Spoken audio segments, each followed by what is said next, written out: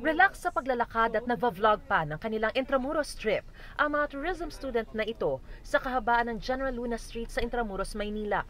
Simula kahapon, mga pedestrian at biker na lang ang pwedeng dumaan sa mahigit 9-kilometer stretch ng General Luna Street mula Fort Santiago hanggang pamantasang lungsod ng Maynila. Dahil po sa sikip ng mga kalsada po dito sa Intramuros, halos po nagsasabay ang mga turista sa mga sasakyan. Kaya po nagtalaga po kami ng isang street para sa mga bikers at mga pedestrians lang po.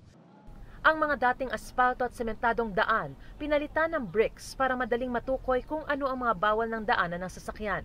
Kung may sasakyan mang daraan, for emergency na lang, o kaya'y para sa mga opisina at establishmento sa General Luna Street. Ang bikers na ito enjoy na sa pamamasyal, nakapag-exercise pa. Safe and secured naman ang ramdam ng iba pang turista sa Intramuros, magkasintahan man o Gen Z.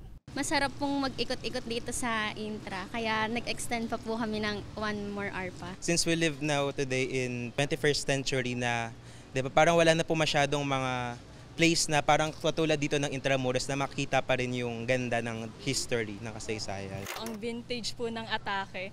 At the same time po, yung history mismo ng lugar na to, mas natetreasure po yung memories nung nakaraan. Natuwa rin sa pamamasyal ang mga galing probinsya at banyaga kahit inulan. At para pati mga PWD ay mag-enjoy, inayos at pinaganda na rin ang mga accessibility ramp dito.